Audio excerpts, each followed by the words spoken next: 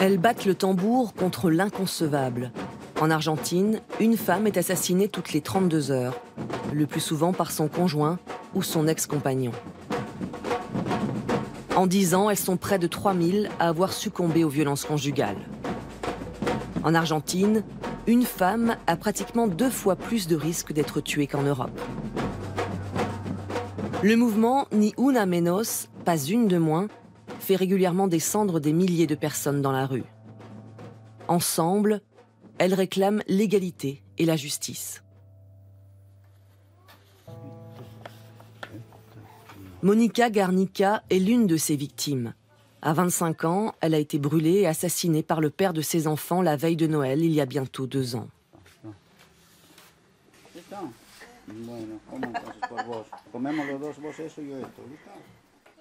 Depuis, les 3 enfants de Mónica vivent chez leurs grands-parents, qui s'occupent souvent de leurs 4 autres petits-enfants. Avant la mort de Mónica, ils n'avaient entendu parler de la vague de féminicides qui sévit en Argentine qu'à la télévision. Con la persona que mi hija estaba conviviendo parecía una persona muy buena. No sé si es que él lo fingía ser o no sé, o era su naturalidad de él ser así, pero nunca veíamos nosotros algo malo en él.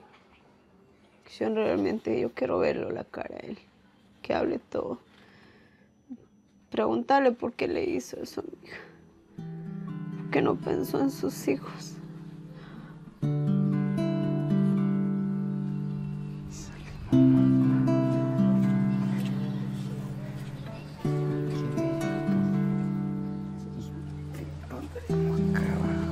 Freddy Garnica s'efforce de maintenir la famille à flot en enchaînant les petits boulots. Il a perdu son emploi dans une imprimerie quelques mois avant la mort de sa fille. Dentro de mí sufro mucho y bueno, pero no lo demuestro a ninguno, ni a mi misma señora no le demuestro porque sé que ella también sufre mucho más, pero no lo demuestro para que no se caiga viéndome mi madre. Y bueno, sigo siendo el hombre de la casa fuerte, como si no hubiese pasado nada para que ellos se sientan tranquilos.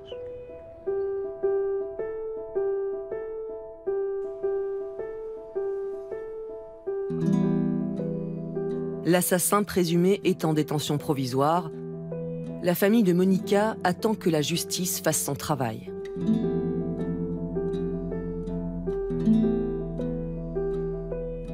Le féminicide est inscrit dans le code pénal argentin depuis 2012. Et l'avocate Mónica Cuñaro a été l'une des premières à obtenir la perpétuité pour ce type de crime. Esto, que parece ser la foto de un caso en donde se ve la hazaña y el ensañamiento porque el varón acuchilló varias veces a la persona, 13 puñaladas le dio. Parece, si uno lo mira, parece ser como un caso aislado. Y sin embargo, no es un caso aislado. Le machisme, profondément ancré dans toutes les couches de la société argentine, serait l'une des causes de ces féminicides. Selon l'avocate, beaucoup de femmes assassinées ont longtemps souffert de violences. Et souvent, elles ont porté plainte avant leur mort. Mais peu de choses sont faites pour les protéger. No hay dinero, el Estado no pone dinero porque no le interesa como parte de su política pública. Es claro que no hay interés, si no, no faltarían refugios, no faltarían gabinetes para la asistencia de las mujeres y lo poco que se logra siempre se va logrando o se llega tarde o se logra porque el funcionario policial o judicial, como en mi caso, marcan la diferencia. Mónica Cuñaro salue la pression de la rue. Le mouvement féministe argentin a, selon elle, amorcé un changement de mentalité chez les jeunes.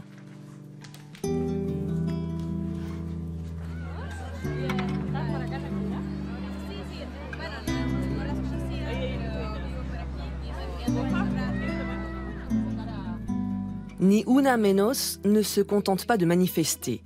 Le collectif organise aussi des réunions dans des lieux publics, comme ici dans le quartier d'Almagro, à Buenos Aires. Hommes et femmes débattent ensemble des droits des femmes et proposent des solutions pour plus d'égalité et moins de violence. Distribution de soupe aux lentilles pour tout le monde, tandis que les enfants confectionnent des banderoles en vue de la prochaine manifestation. Verónica Gago est l'une des organisatrices des manifestations de Ni Una Menos. Creo que lo que se organizó fue como una especie de grito de rabia. Empezó primero por el femicidio de una niña, Kiara Páez, en el 2015, pero después hubo una serie de casos que empezaron a tomar visibilidad y relevancia.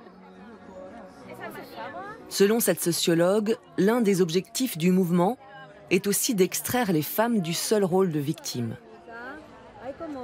Creo que lo que ha hecho el movimiento feminista es, nosotras estamos dolidas, hacemos duelo, pero somos sujetos de lucha. Y entonces nosotras nos vamos a hacer cargo también de cómo reclamar, qué decir, cómo diagnosticar y cómo enfrentar la violencia. Permiso. ¡Ay, casi me caigo! Permiso. Buenas tardes. Vinimos a visitarte. Marcela Morera a fait une tentative de suicide après la mort de sa fille, tuée par son compagnon alors qu'elle était enceinte. Elle a choisi de soutenir un foyer d'accueil privé pour femmes. Aider les autres lui permet d'avancer. Es tan importante venir, poder dar una mano, además de traer todas las cosas que se consiguen para el refugio, para que pueda funcionar, el estar en contacto con las chicas, el poder hablar. Además, ese abrazo que uno se da con ellas, con los chicos, es algo que es sanador, te llena el alma. Nancy Huguette est atteinte d'un cancer, ce qui ne l'empêche pas d'héberger jusqu'à 50 femmes et enfants. Elle prend le relais là où l'État a échoué. L'Argentine compte aujourd'hui 89 foyers pour femmes. C'est peu quand on sait que l'an dernier, le pays a enregistré 143 000 plaintes pour violences contre des femmes. Cuando veo cómo naturalizaban la violencia, conocidas y amigas, me daba mucha impotencia ver cómo tomaban tan naturalmente el maltrato, la sumisión. O sea, siempre el problema era el mismo, ¿dónde voy a ir? Y así fue que un día le dije a una, bueno, vení a mi casa. Ahí empecé con la primera. Les femmes gagnent l'argent qui leur permet de vivre en revendant des vêtements d'occasion. Nous n'avons pas pu les filmer car leurs maris ne doivent pas savoir où elles se trouvent. Parfois, certaines femmes maltraitées décident de rentrer chez elles, pensant que leur conjoint a changé. Marcela tente de les raisonner. Mira, generalmente soy muy cruda para decirles esto. Y generalmente lo que les digo es, mirá dónde está mi hija. ¿Vos querés terminar igual? Yo no te quiero llevar flores.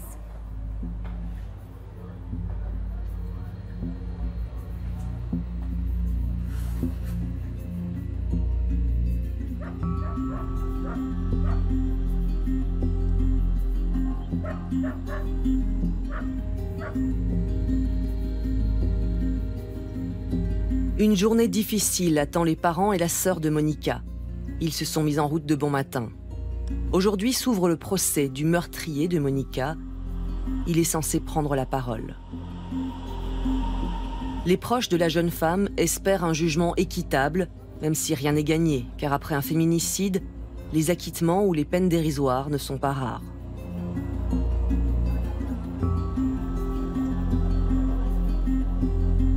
Que se haga justicia, que le den la pena máxima. Que se pudra ahí, que no salga para que no haga más daño a otra chica. Eso es lo que esperamos.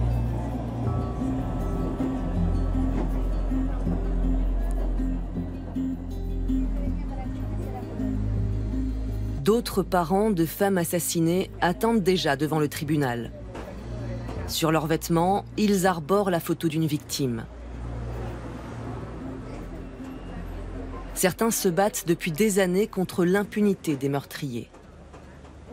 Tenemos la necesidad, cada uno de los familiares pasamos por lo mismo, necesitamos el apoyo y sabemos las circunstancias, todo lo que se está reviviendo en este momento, que es volver al momento de la muerte de Mónica y necesitamos apoyarnos a unos a los otros. Pour la première fois depuis le drame, les parents de Mónica se retrouvent face au meurtrier de leur fille.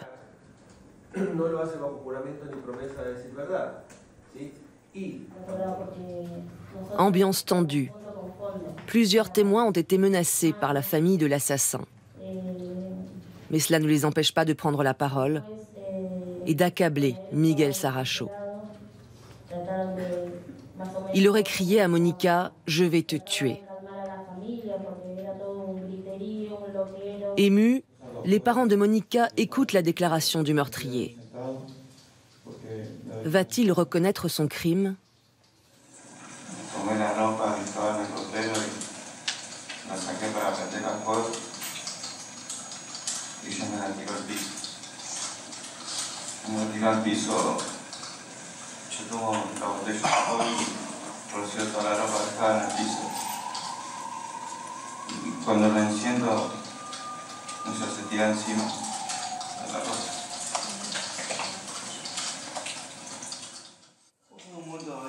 L'accusé tente de présenter son crime comme un accident. L'enquête révèle toutefois qu'il a bien poussé Mónica dans le brasier, comme le prouvent les brûlures au niveau de ses poignets et de ses chevilles. Le tribunal tranche.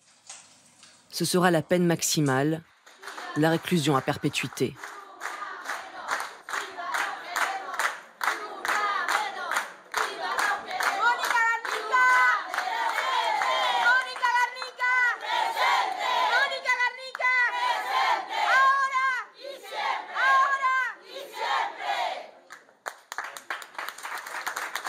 Por todas las chicas que vienen.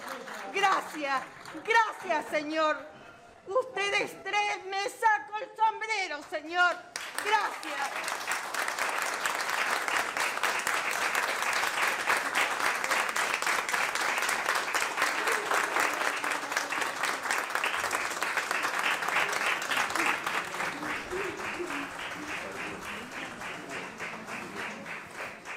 Ahora estoy un poco más tranquila, pero ya no está, él está. Y ahora tengo que luchar más por mis nietos. Se hizo justicia, lo que pedía mi hija. Pero, ¿sabes? Le decía, es lo que vos vas a querer, hija, no sé qué es lo que quieres. Y se hizo justicia. La justicia.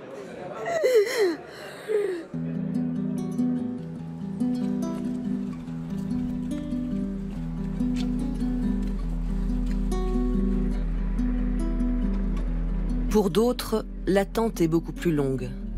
Certaines affaires ne passeront peut-être même jamais en jugement.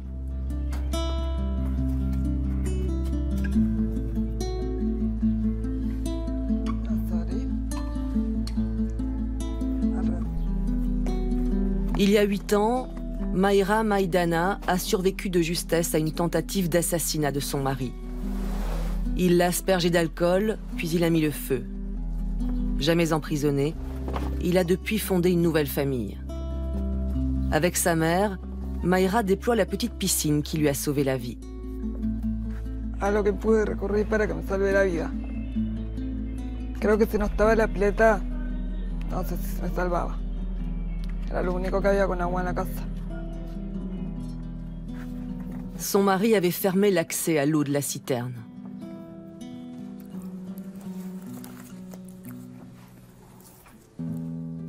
Después recaíste y volviste a terapia terminal. Mayra a dû subir 52 opérations. Elle a perdu son œil droit et porte désormais un appareil auditif.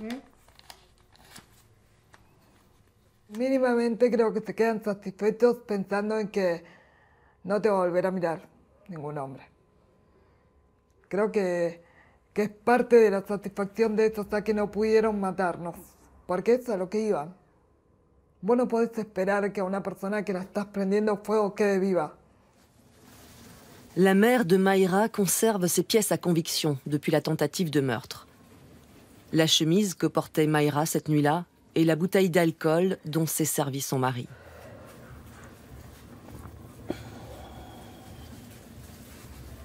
Mais cette affaire n'intéresse pas la police. Pour autant, les deux femmes n'abandonnent pas l'espoir que justice soit rendue.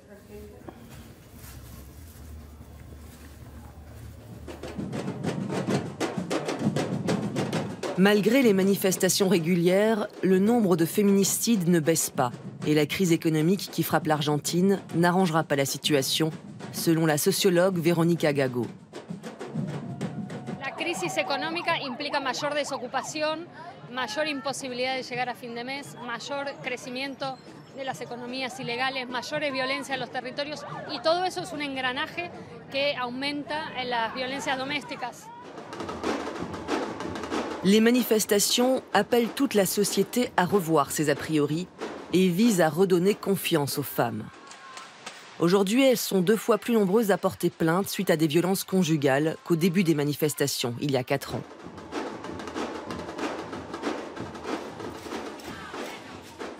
Le mouvement protestataire ne vise pas les hommes, mais avant tout le machisme et l'idée que la femme est un objet qui appartient à son mari.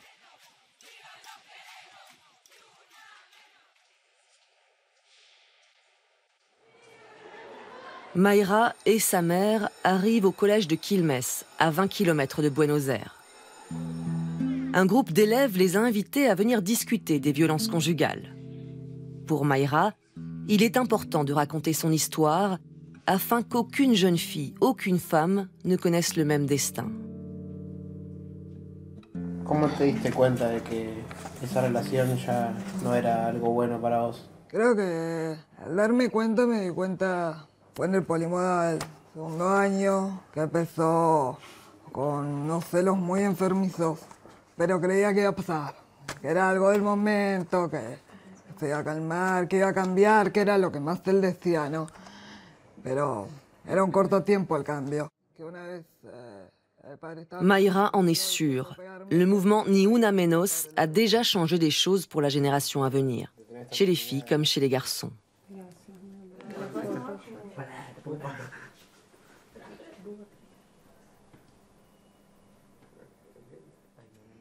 Me gratifica mucho ver tanta adolescencia metida en el tema, en las charlas, en las marchas, en todo. Me da mucha tranquilidad eso de que lo vamos frenando, lo vamos parando a poco y se va concientizando mucho que no es lo normal, como se veía antes, que no es normal que porque es mi marido ejerce violencia, no.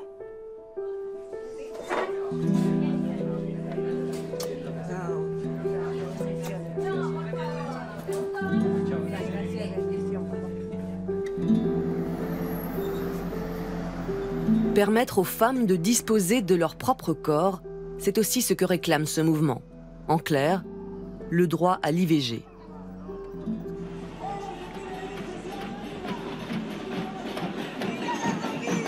Mais pour certains, cette revendication va trop loin.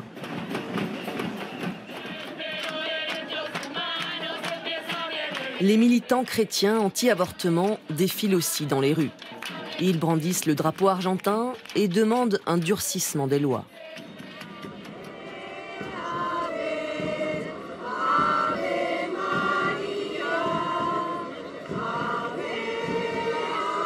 En Argentine, l'avortement est illégal. Mais les juges peuvent autoriser une interruption de grossesse en cas de viol ou lorsque la vie de la mère est menacée. Mais pour ces manifestants, de telles exceptions sont inacceptables. Ils s'opposent ouvertement au mouvement Ni Una Menos.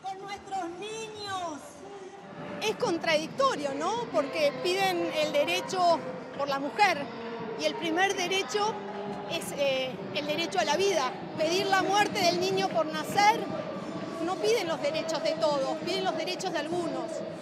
Y el deseo de la mujer, ellas creen que está por encima al derecho a la vida. Y el primer derecho es el derecho a la vida.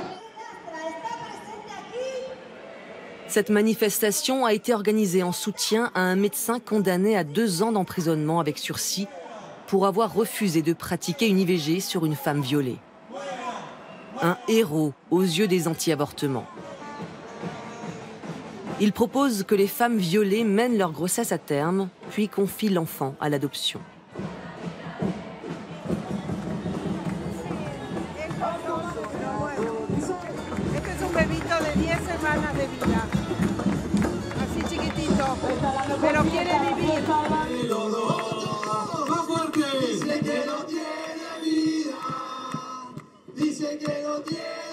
Il y a un an, le Parlement a rejeté à une courte majorité un projet de loi prévoyant un assouplissement de la loi sur l'avortement. Mais le fait que le sujet ait été abordé est une révolution dans une Argentine ultra-catholique.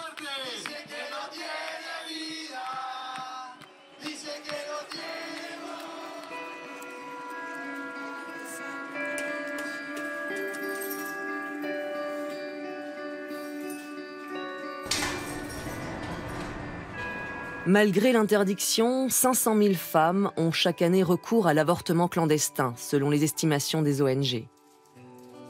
10% de ces femmes sont confrontées à des complications. Elles sont alors admises aux urgences dans des hôpitaux, comme ici à La Plata, à 1 heure de Buenos Aires.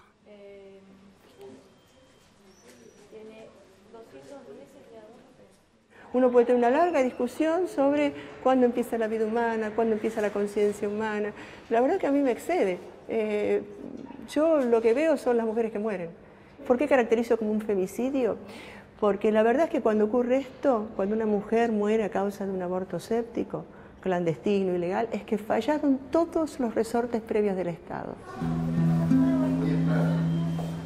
Médecin en soins intensifs, Elisa Estensoro appuie les revendications du mouvement Ni Una Menos en faveur d'un avortement légal et gratuit et d'une meilleure éducation sexuelle.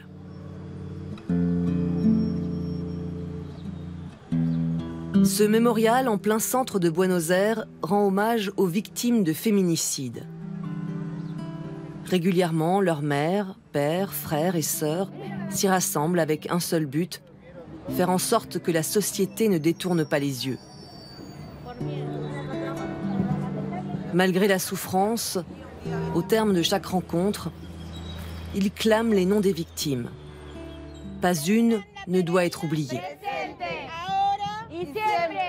Marisol Pereira, presente. Erika Quinteros, presente. Ahora y siempre. Ahora y siempre. Mónica Garnica, presente. Mónica Garnica, presente. Ahora y siempre. Ahora y siempre.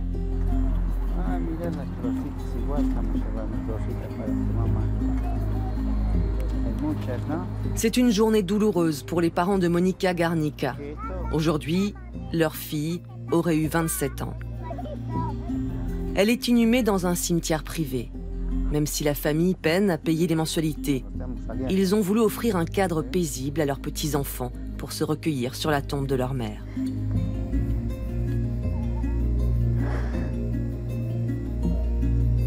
Ils confient à leur fille défunte que son assassin a été jugé et que ses enfants recevront désormais une rente d'orphelin. Une indemnité pour les enfants des femmes assassinées, c'était l'une des revendications du mouvement Ni Una Menos. Depuis peu, elle est inscrite dans la loi. Ce n'est pas grand-chose, mais les enfants de Mónica sont parmi les premiers à bénéficier de ce dispositif. La famille Garnica continuera malgré tout à participer aux manifestations du collectif pour que d'autres parents n'aient pas à leur tour à enterrer leur fille.